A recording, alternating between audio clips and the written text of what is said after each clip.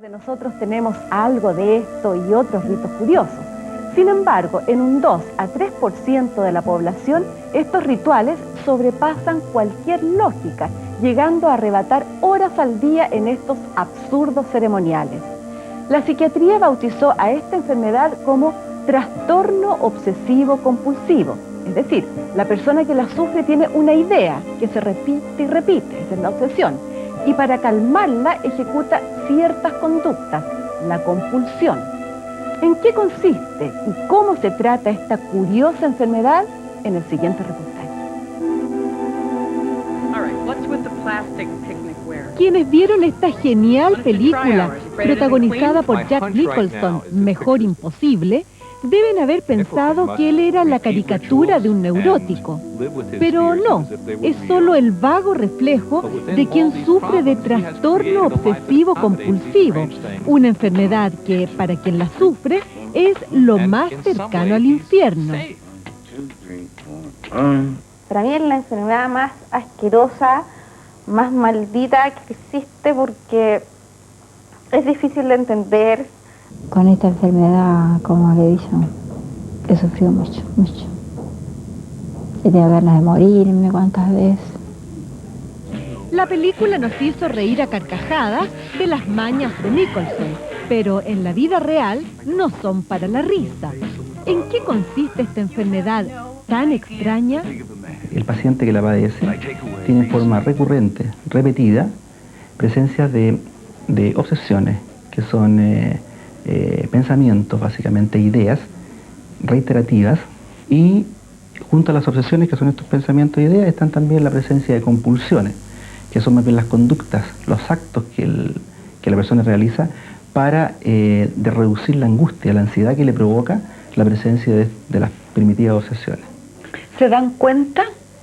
Se dan cuenta que es así, se dan cuenta y lo rechazan, pero digamos el síntoma puede mucho más que su rechazo. Jack Nicholson no podía pisar las líneas del pavimento. Chequeaba y rechequeaba la cerradura de la puerta.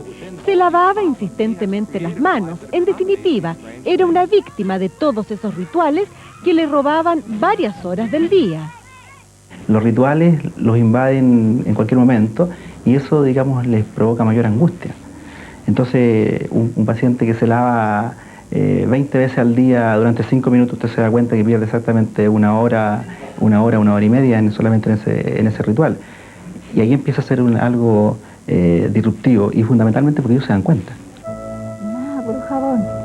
Isabel tiene 47 años y sufre de trastorno obsesivo-compulsivo desde la adolescencia. No quiere revelar su rostro porque siente vergüenza.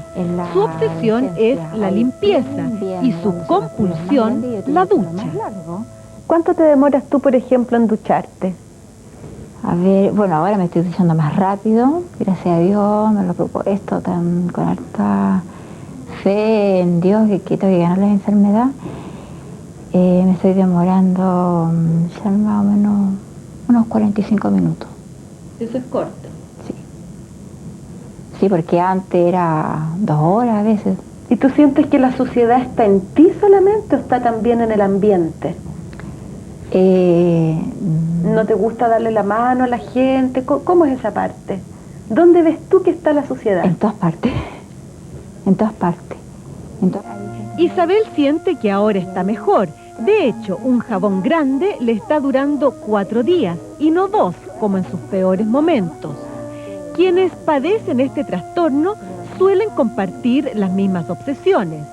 Por la contaminación, un 45%. Todas las cosas me ensuciaban, ropa me ensuciaba, me lavaba las manos, todo se me contaminaba. Dudas patológicas presenta un 42% de los enfermos. Sí, exactamente. Porque, por ejemplo, cuando estoy lista para salir, que a ver si quedó todo bien cerrado, si la cocina quedó bien apagada, la miro, y veo que está apagada, pero la vuelvo a mirar. Necesidad de simetría tiene el 31% de los afectados. Me gustaba todo dejarlo en orden, los zapatitos ordenaditos, parejito, si me movían, por ejemplo, un lapicero de mi escritorio ahí, no me gustaba, yo lo enderezaba. Múltiples o combinadas, un 60%.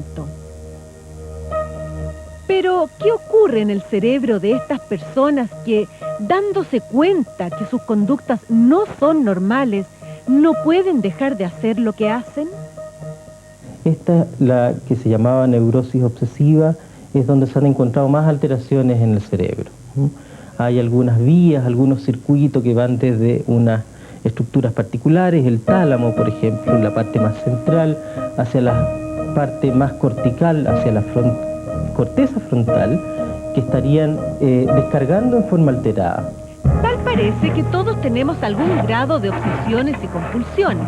¿Quién no conoce a alguien que es demasiado meticuloso con el aseo de la casa? O que se lava las manos con demasiada fricción, o que chequea y vuelve a chequear la puerta antes de salir. ¿Dónde está el límite entre la normalidad y la enfermedad? Todos tenemos algunas obsesiones, ¿no? Algunas ideas un poco más sobrevaloradas. Todos tenemos de repente algunos ritos, sobre todo cuando estamos más angustiados, ¿ah? De levantarnos con el pie derecho, por ejemplo, de no pisar algunas líneas en la calle, situaciones que frente a la angustia nos han pasado mucho. Ahora, lo que nosotros hemos definido como trastorno es cuando esto ocupa ya más de una hora en el individuo, diario en general, y que interfiere en cualquiera de sus áreas. Si uno en la mañana sale de la ducha, cierra la llave, y puede que uno quede con la duda, si quedó goteando, no quedó goteando, va y la cierra de nuevo. Y ahí termina el circuito. Estos pobres pacientes es como un circuito que es reverberante, o sea, la acción sigue el pensamiento sigue la acción, y sigue dando vueltas este circuito. O sea, va, cierra la llave, después tiene que ser 1, 2, 3, 4, después no basta, tiene que ser 7 veces, después va y llega a la puerta y dice, ay, la cerré y vuelve. Bueno, lo que uno trata es cortar este circuito. Tras 10 años de tratamiento psiquiátrico, Néstor logró cortar el circuito y hoy se declara absolutamente sano. Recuerda que antes la vida no era fácil, que perdía demasiado tiempo en tareas absurdas. Mi pieza era como un espejo, relámpago. Tenía unos pañitos que colocaba yo en el piso. Entonces yo pisaba los pañitos y caminaba. Entonces caminaba sobre ese piso para no ensuciarlo, digamos.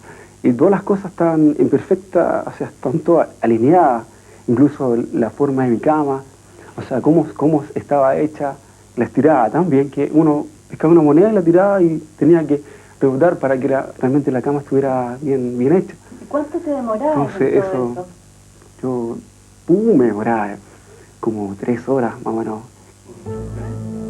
Néstor, al igual que muchos como él, ha encontrado alivio con el uso de medicamentos. ¿Cómo se explica que una pastilla puede eliminar ideas obsesivas? Sufrí ese problema. Todas las vías que están relacionadas con la serotonina están involucradas en la producción de obsesiones o compulsiones. Por lo tanto, los medicamentos que más usamos son los bloqueadores de la recaptación de la serotonina. Alrededor de, yo diría, un 5% de patología que es bastante refractaria.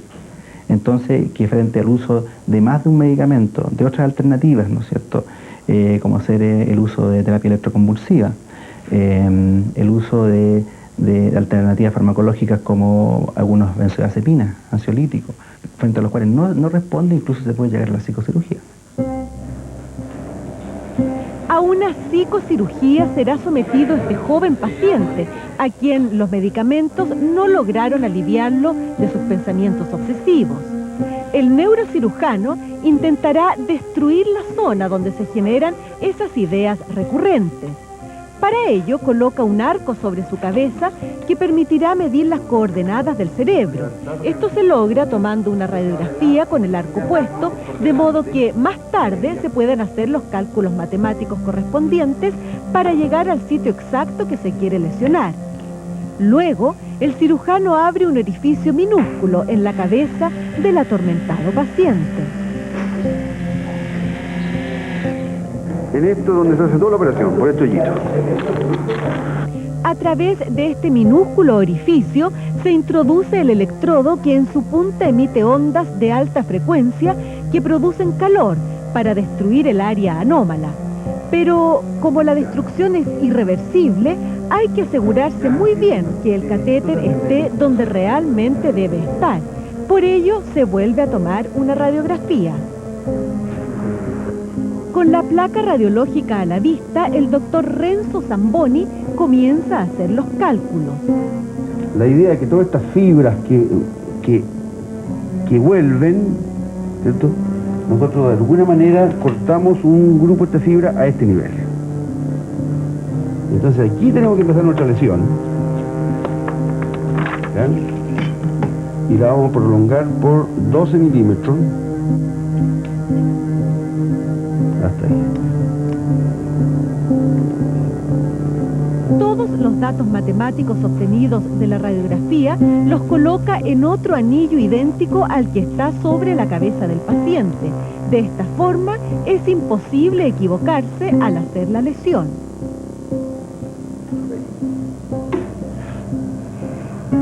En estos momentos comienza la electrocoagulación. Está ascendiendo a 70 grados, llegó a 70. Ahí está marcando el tiempo, la impedancia. Infinita, porque ya está quemando. Doctor, ¿por qué este paciente se decidió por una operación? Bueno, este paciente está enfermo desde los 11 años de edad. O sea, ahora tiene 22. Por lo tanto, estamos hablando que ya lleva 11 años de enfermedad. En los 11 años he tenido todos los tratamientos que te puedes imaginar. Ya llevando los extremos, ¿cierto? Con electroshock y con neuroléptico, que lo único que hacían era mantenerlo dopado, pero así todo mantenía con sus obsesiones. ¿Cuáles eran sus obsesiones y sus compulsiones? La principal obsesión de este muchacho es la limpieza, es la contaminación. Él cree que se va a contaminar con excrementos, se va a contaminar con mugre en la calle. Entonces, cuando ve mugre o ya sea de excremento de perro o algo así en la calle, tiene que llegar a la casa y sacarse toda la ropa, bañarse durante horas, y a veces se baña y no queda contento con su baño y tiene que volver a bañarse. ¿Esto le impedía hacer una vida normal? ¿Podía trabajar, estudiar? En los últimos años prácticamente no sale de la casa, porque por esto mismo que te digo, prácticamente las pocas veces que sale de la casa es un desastre, porque llega a la casa y tiene que sacarse toda la ropa, tiene que bañarse, incluso en algunas ocasiones quema la ropa, cuando cree que ya está muy cochina quema. ¿Y qué se supone que él va a lograr con esta cirugía? ¿Qué grado de mejoría?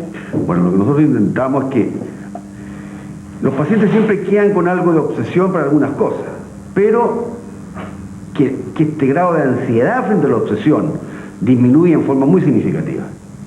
Quienes se someten a esta cirugía logran una mejoría de casi un 80%, con lo que su calidad de vida mejora ostensiblemente. En un primer periodo después de la cirugía es normal que algunos de ellos presenten problemas de memoria. Karina, quien hoy estudia fotografía, se sometió a esta misma cirugía hace un año. En ella, ningún tratamiento farmacológico había dado resultados. Por ello, cuando le sugirieron la posibilidad de una operación, no lo dudó. Habría hecho cualquier cosa para liberarse de esos pensamientos intrusos que gobernaban su mente y su vida y hacía insufrible la convivencia familiar. Tú me decías que en tu peor etapa encontrabas también suciedad en la radio, en la televisión, en ciertos comerciales. ¿Cómo me podrías explicar eso? Bueno, es bastante difícil de explicar y de entender. Por ejemplo, algunos comerciales a mí me ensucian porque me recuerdan momentos en que a mí me sucedió algo malo. Por ejemplo, me fue mal en una prueba y justo llegué a ver ese comercial a la casa. O cuando iba escuchando Personal en la calle y me caí, y entonces esa canción era como de una mala experiencia. Entonces, si yo me acordaba de eso, o sea, escuchaba la canción, veía el comercial, significaba que me iba a suceder algo malo. Entonces, y que me iba a ensuciar además. Entonces, por eso tenía que ir a hacer el ritual, que duraba muchas horas, lo hacía en el baño. ¿Cómo era limpiaba ese ritual? ¿Qué hacías tú entre 2 y 5 horas dentro del baño? Hablaba, O sea, tenía que decir unas frases, era como un esquema en realidad, que tenía que decir frases, nombrar palabras, y bueno, durante 2 horas o de repente 5 horas, si no es más, duraba eso, porque, por ejemplo, si mis papás querían entrar al baño, me interrumpían, y tenía que empezar del principio, o se me olvidaba en qué parte iba, volvía al principio, o de repente me quedaba dormida en el baño, y de nuevo del principio. Karina camina hoy relajadamente por las calles de su barrio en Valparaíso, pero hace un año esta sencilla acción era impensable.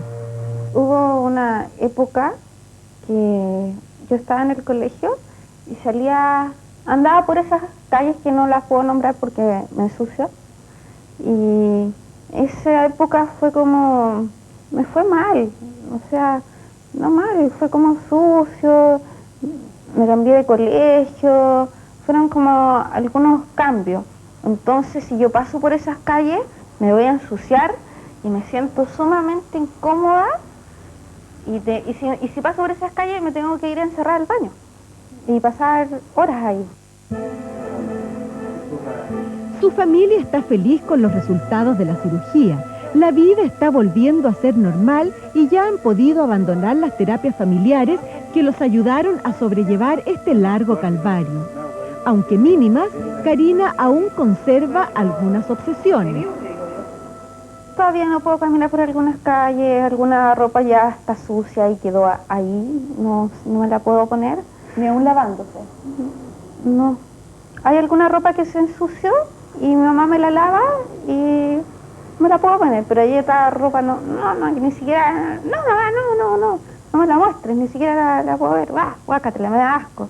¿Y hoy día conservas algún ritual en el baño? Sí. ¿Más corto? Sí, mucho más corto, 5 minutos máximo. En realidad puedo vivir normalmente, porque antes vivía en el baño y ahora no, son más cortitos, se demoran menos. Yo igual trato de decir, Karina, no, ¿cómo no? De nuevo no. No. Este trastorno aparece preferentemente en la adolescencia. Por ello, los padres deben estar atentos a ciertas conductas, pues los primeros signos pueden parecer sin importancia. Ellos son excesivamente ordenado, detallista, esquemático, ritualista y más limpio de lo normal. A los 9 años, Isaías Ibarra comenzó con los primeros signos del trastorno obsesivo-compulsivo. Aunque su padre en un comienzo no le dio mayor importancia, su madre sí advirtió que esa conducta escapaba a la habitual. Demasiado cariñoso. A la vez era demasiado preocupado en dejar sus zapatos en orden, encender, apagar la luz muy seguidamente. ¿Con algún propósito específico? Bueno, él decía porque le gustaba hacer eso. Cualquier mamá estaría feliz teniendo un hijo cariñoso, un hijo que se preocupe tanto de uno, que se despida como lo hacía él. Pero ¿por qué usted notaba que eso no era normal? ¿Por qué no disfrutaba de eso? O sea, en parte lo disfrutaba, pero ya cuando empecé a ver que era ya demasiado. En efecto, Isaías, quien hoy se considera sano gracias a una terapia psiquiátrica apoyada con fármacos, tenía la obsesión de no herir a sus padres y por ello, antes de irse al colegio, hacía un largo y hasta absurdo ceremonial. Si me iba a la 1, yo a las 12:30 más o menos me estaba despidiendo de ellos, cosa que tuve unos 15 minutos para despedirme con ellos, decirle todo lo que tenía que decirle. Papito, lo quiero, cuídese, mañana los vemos, no se preocupe, piense que lo quiero mucho, y le daba un beso, y tenía que ser todo bonito. Y si no salía algo bien, entonces ella tenía otros 15 minutos para arreglar esa situación y pedirle perdón si me equivoqué, y hasta que me iba, pero si no salía algo bien de eso, yo no me iba tranquilo al colegio. Libre ahora de las absurdas ideas que reverberaban en su cerebro, Isaías pretende ser un exitoso arquitecto. Néstor, un buen padre. Isabel espera que alguna fórmula farmacológica logre arrebatarle sus ritos de limpieza.